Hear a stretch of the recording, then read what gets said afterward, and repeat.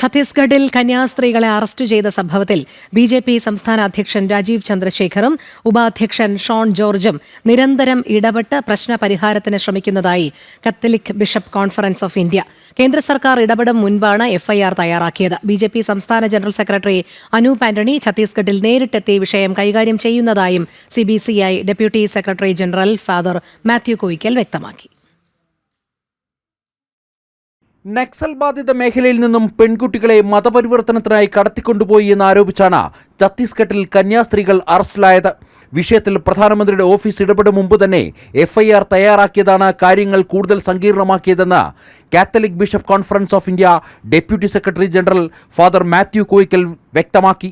അതേസമയം ബി.ജെ.പി. സംസ്ഥാന അധ്യക്ഷൻ രാജീവ് ചന്ദ്രശേഖറും ഉപാധ്യക്ഷൻ ഷോൺ ജോർജും വിഷയത്തിൽ നിരന്തരം ഇടപെടുന്നുണ്ട്.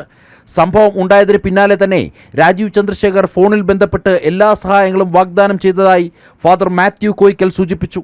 ബി.ജെ.പി. സംസ്ഥാന സെക്രട്ടറി അനൂപ് ആന്റണി നേരിട്ട് ഛത്തീസ്ഗഡിലെത്തി കാര്യങ്ങൾ ഏകോപിപ്പിക്കുന്നതായും Catholic bishop conference of India ഡൽഹിയിൽ നടത്തിയ വാർത്താ സമ്മേളനത്തിൽ വ്യക്തമാക്കി. This FIR happened in 3 hours time.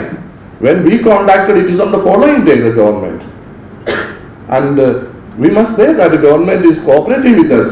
The government, the central government is in touch with the Chhattisgarh government, and also to be frank, to say they have already, of course, from the side of the BJP party, I think they have deputed Sri Anup Antony to be there at Chhattisgarh and see the progress of the incident and happening and the situation, and his monitoring has been sent to deal with the Chhattisgarh government.